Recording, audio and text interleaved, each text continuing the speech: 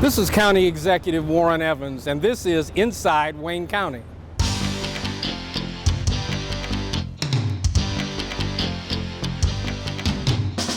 Hello and welcome to Inside Wayne County. I'm your host, Lloyd Jackson, and this show is designed to give you important information and also keep you informed about what's going on inside Wayne County government. It was last year when I introduced you to a new department which was created by the consolidation of Children and Family Services, Health and Human Services, and Veteran Services. The new department is called Health, Veterans, and Community Wellness. Today we're going to get an update on the department and a very important community outreach arm of the department as well. So I'd like to welcome back to Inside Wayne County the Director of the Department of Health, Veterans, and Community Wellness, Dr. Mouhanad Hamammi. Dr. Hamammi, it's good to see you again. Thanks for coming back. Thank you, Lloyd. Always a pleasure. Let's refresh the viewers about the Department of Health, Veterans, and Community Wellness and the divisions that fall up under this department. So as you recall, due to the reorganization of the county went countywide and the creation of the new Department of Health, Veterans, and Community Wellness, we established 6 divisions, and each division, although it has a specific function, but the goal was to also integrate those services and to make sure that we're serving our county residents in a more efficient way. So the 6 divisions are the medical examiners, the Division of Veteran Services, the Division of Juvenile and Youth Services, the Division of Clinical Services, as well as the Division of Wellness and the Division of Access to Care. So again, some of these divisions, as you recall when we talked about it in more details, have maintained many of their services and programs, but they were realigned in a way which makes better sense and also in a way where we're communicating across divisions in order to work smarter and serve our county residents in a better way. And some of the divisions kind of had some of the same programs, were kind of doing some of the same things, and so to streamline it, it allows you to give those processes better and to serve the community better. Absolutely, absolutely. That was the intention and the goal. And just to bring an example, for example, the operations we had in the old model where we were operating a health clinic in the county jail, and then we were operating another health clinic at the juvenile detention facilities. These are both correctional health models. They're identical in terms of staffing, in terms of services, in terms of needs, but because they were under 2 different departments, they were operating in silos. Okay, now, yeah. Under the Division of Clinical Services, there is that chance of cross-training, cross-collaborating, and also it gives value in providing a comprehensive model of healthcare towards anybody who is in a correctional facility. And when you say cross-training, it brings me to the no wrong door concept. Talk about that and how important that will be as part of the Department of Health, Veterans, and Community Wellness. Absolutely. So our probably most efficient way of serving our customers is the model that we are aiming for, which is the no wrong door. So with no wrong door, it's very simple. So we know that county residents come to the department through any of those divisions and seeking a specific service through many of the 120 programs that we offer. Mm-hmm. The goal is that if you are there or if you come to our department for one primary need, then chances are you might qualify or you might need a service that you do not know that we are offering as well. So it goes both ways. One, we want to make sure that our county residents are aware of other services that they might be eligible for and they qualify from. And the second is to also make sure that our staff that are interacting with our county residents are aware of what's happening next door in the division that is now within the same department, and also able to serve the county resident for their secondary needs. So one, if we want to give an example, yeah. So let's say a young mother who comes in to the health department, what used to be called public health is now the Division of Wellness Services. So let's say that young mother comes and she wants to have immunizations for her newborn child. Okay. So that is the primary need. That is why she came through the front door. Okay. And that is the first door that is open. So whoever is helping her should not only be able to provide her with why she came for, i.e. the immunizations, the vaccines for her baby, but should also administer a very quick screening to identify whether the child can qualify for WIC services, or if the child or a sibling that is under the age of 5 can be enrolled in our Head Start program, which is early education. Or if she has a teenager that might be getting into a little bit of trouble, that might benefit from many of the juvenile and youth services programs for prevention and diversion. But we want to also even take it a step further beyond the children and the family structure. Maybe she has a veteran in the household, maybe an uncle, a husband, a brother who has served this country and have served as a veteran, and they do not know that also Wayne County and the Department of Health, Veterans and Community Wellness have programs that the veterans can benefit from. So again, that screening is going to identify any potential other services that this mother and her household can benefit from. And the goal and the ideal situation is, once we meet your primary needs, then we should be able to address your secondary needs, and in real time. If it's a service that we provide under our department, it should be done in real time by either making an appointment, providing an application. Our goal in the future to co-locate many of our services, so where it's a one-stop shop literally.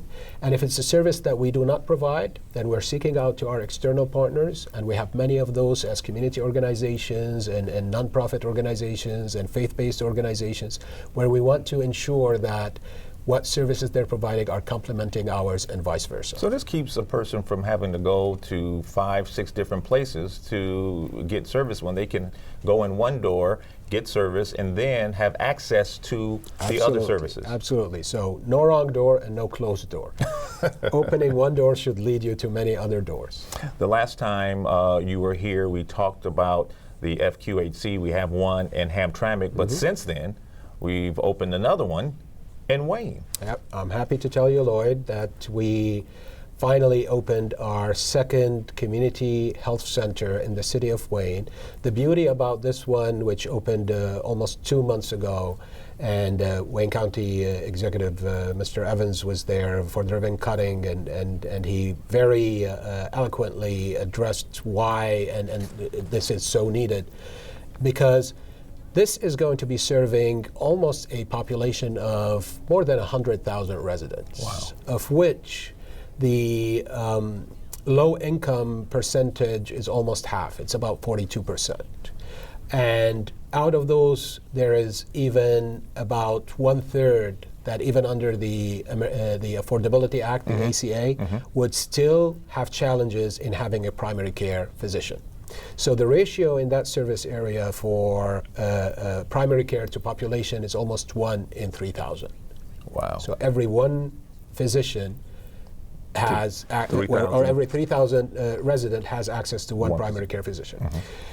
So that is one benefit of having the clinic over there. The second benefit is that it is truly integrated into what used to be the health department. Okay. So while you're there, again, the concept of no wrong door. Yes. While you're there, for WIC, you can see a pediatrician. If you're there for STDs, you can see a gynecologist. If you're there to apply for a food permit, then you have a chance to just go through another door and have a complete physical, have behavioral health assessment, and dental care, all under one roof. Now, something that is great about this too, Dr. H, is the partnerships. And you know, the CEO is very big on partnerships. And now there's a partnership between the county and Beaumont Hospital. Yep, absolutely, absolutely. So again, with the credibility and the validity of this concept, we were able to strengthen many of the collaborations that we had in the past, but also to establish new ones. So for example, we've always enjoyed a strong relationship with Beaumont Health. Of course, it used to be called Oakwood Wayne, but now that hospital was literally in the backyard of our health department. So there was that coordination, but now it is more formal and official, where the Department of Family Medicine attending physicians and residents are going to be the ones delivering services at our clinic in Wayne. So that is a great partnership. A new partnership that we established is with the University of Detroit Mercy School of Dentistry, and we were very fortunate to start talking to the dean of school and his assistant deans, where the dental services at the Wayne Clinic are going to be provided, again, by the Detroit School of Dentistry through attending physicians and also students. It's going to be a training site as well as a treatment site. And these are the collaborations and the partnerships that are leveraged in order, again, going back to our original motto, to work efficiently, but to also work smartly. You yourself, much like the CEO when it comes to dealing with issues and problems head on and trying to alleviate them and solve them. Don't run away, you try to solve them. You're one of those as well. And when I say that, it makes me think of the survey that came out from the Robert Wood Johnson Foundation about the health rankings and how Wayne County had came in last in health rankings. Talk about what you're going to do or what you plan on doing to bring those health rankings up. And are they serious health rankings as far as, is all the criteria really in these health rankings to make us be number, whatever the last number is, right, in the county? It's funny you ask this, Lloyd, because I'm going to tell you a secret. But let me first address... He's telling us the secret, people. Let me first address the county health ranking. Yeah. So of course, these are, for those who do not know enough about it, these are nationwide rankings where the Robert Wood Johnson Foundation and the University of Wisconsin pull data from all different sources. Mostly it's national data. They extrapolate it into a county level, and they rank within each state the counties from 1 to whatever the last number is. Okay. And they look at many factors. Some of the factors that they look at are specifically related to clinical care, access to care, as well as quality of care. But almost 60% of the factors are related to either social factors or environmental factors. So taking, for example, the county of Wayne and including the city of Detroit as well, then it is no surprise that we have our challenges when it comes to social factors. We have our challenges when it comes to environment. We have one of the most polluted zip code 48217 in the whole nation, probably. And you know that the CEO and had a press conference a couple of months ago where we discussed what it means to have one of those highly polluted areas in our neighborhoods. So it is not a surprise that every time around March is when the County Health Rankings report is released, then there is interest in the findings and there is this apprehension of where the county sits. And unfortunately, we have been ranking the last for the past 6 years. Saying that does not mean that we do not have some concerns about the accuracy, but most importantly, the timeliness of the rankings. So most of the available data that is out there are probably 2 or 3 years old. The latest report that the CDC puts in terms of the prevalence of diseases, for example, in 2016 is probably going to be 2012. Wow. So it's 4 years. So it's 4 years, and if we are releasing those rankings every year, then if we rank today at, let's say, 82, that is where we ranked in 2012. And if we release it in 2017, then it is where we are in 2013. So it's not showing the real gauge and the real progress. But that's not an excuse. We take those rankings very seriously because we use it as well as a tool. And especially when we show our non-traditional partners, yes, it is something that the health department should be in charge of. But when we go to businesses and when we go to transportation entities like the Smart Bus and MDOT, or we go to school systems and tell them 50% of the burden is shared by you. And what about we join together and we put together some comprehensive plans to improve our health rankings? So I guess I've been making enough noise for the past 6 years questioning the data.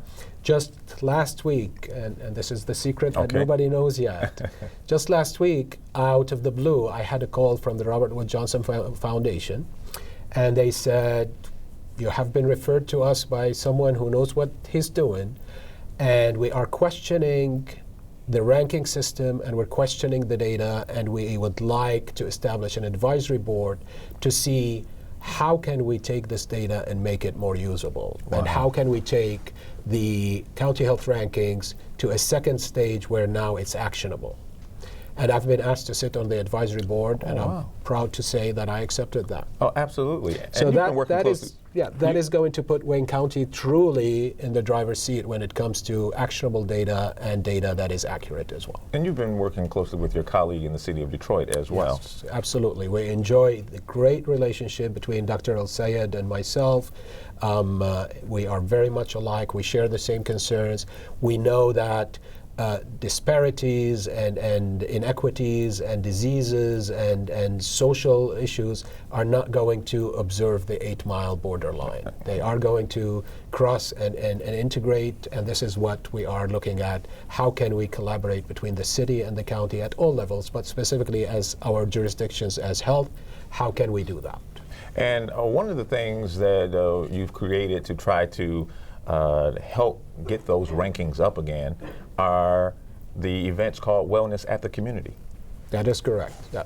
So again, one of the strategic priorities that County Executive Evans and has in the overall county strategic plan is accessibility of services.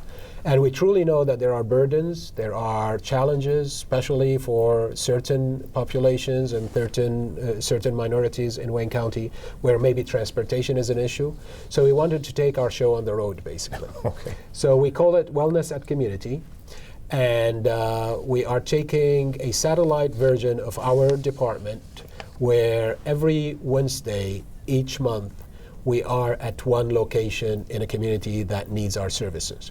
The benefit of that, Lloyd, is that if you're a young mother who wants to apply for WIC, or if you're someone who does not have transportation that needs to get immunizations, or maybe a veteran that cannot drive to our central office downtown, then we are in your neighborhood, and you can come on a Wednesday and get all those services at your community center. So we've partnered as well with municipalities. Some of our locations are in city buildings, some are in libraries, some are in health centers. So we're literally starting this as a pilot. We started about 2 months ago, and we want to evaluate it. If it's successful and we're seeing the needs and we're meeting those needs, then it's going to be a standard where every Wednesday we're in your neighborhood, and it's wellness at the community. And you can get more information at waynecounty.com. If you click on the Health, Veterans, and Community Wellness department, all of the flyers, everything you need to know is right there. I also, Doc, want to talk about, and it's coming up because we're starting the planning already, and that is the Back to School Fun Fest that's going to be at our Health Administration building out in Wayne on Van Born Road, and that's going to be on August 18th from 10 to 3. A big event every year. That is correct. It's always fun, and even the planning of it is fun as well. And I know staff probably might not agree with me. However, it is very, very, not only, Lloyd, it's very gratifying, but it's just walking on that day and seeing all the children and the family and the range of services that are there, the range of people and partnerships that we provide. Every year, I'm even more surprised to see other services or other programs that we provide on that day. I know one time we had the fire truck, and we had the fire department showing kids about fire safety and what is flammable and what is not, which was amazing with all the pyrotechnics and all that. The next year, we had a petting zoo with wild animals. So there's always a surprise. It's not only beneficial in terms of the services that we provide, but it's also very informative. We have exercise, we have raffles. The joy that we see on those children's faces when the county executive hands them a new bike that is so shiny, and we emphasize wear your helmet and make sure that you exercise and all that. It's truly going to be a blast. Well, Dr. H, the department is up and running, the Department of Health, Veterans, Community Wellness. We're going to be in your community with Wellness at the Community, and you and your colleagues, not only here in the city of Detroit, but across the country and across this region, all working together to keep us all healthy. Thank you so much for coming back on the show. You're welcome. Thank you, Lloyd. Stay tuned for upcoming shows as I take you inside Wayne County departments, programs, and services. It's all with a goal of keeping you up to date with everything going on inside Wayne County. I'm Lloyd Jackson. See you next time.